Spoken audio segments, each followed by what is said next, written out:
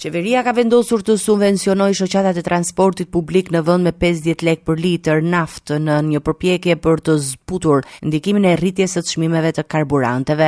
Vendimi u bë i ditur pas mbledhjes së Këshillit të Ministrave nga Ministri i Infrastrukturës Enea Karakaçi, i cili deklaroi se masa mbështetëse do të aplikohet për transportin qytetas, ndërqytetas dhe kryeqytetas. Sipas tij, vendimi vjen pas konsultimeve me përfaqësues të shoqatave transportit, bashkive dhe Ministrisë së Ekonomisë, ku janë shqyrtuar shqetësimet e sektorit. Sot e kemi miratuar që bëhet fjalë për një kompensim në masën 50 lekë për litër për gjitha shoqëritë e transportit publik, të transportit qytetës, ndërqytetës dhe rreth qytetës. Dhe po ashtu një lajm i mirë tjetër që përsëri ne u angazhuam në ato takime që kemi bërë me gjitha grupet e interesit të transportit, është që këtë masë subvencionuese do e fillojmë që në muajin mars, kur kishim dhe fillimin e efekteve të krizës. Dhe në këtë kuptim kemi përmbushur një angazhim të marrë me grupet e interesit dhe sipas dakordësisë përkatëse. Paralelisht me këtë vendim, në mbledhjen e qeverisë janë miratuar edhe ndryshime në sistemin e pullave fiskale dhe gjurmimin e produkteve të aksizës. Sipas këtyre ndryshimeve, teknologjia e re do të aplikohet përgjatë gjithë zinxhirit, nga prodhuesit tek importuesit, duke përfshirë dhe vendosjen e kodeve barcode me informacion të detajuar mbi origjinën dhe prodhimin e produkteve.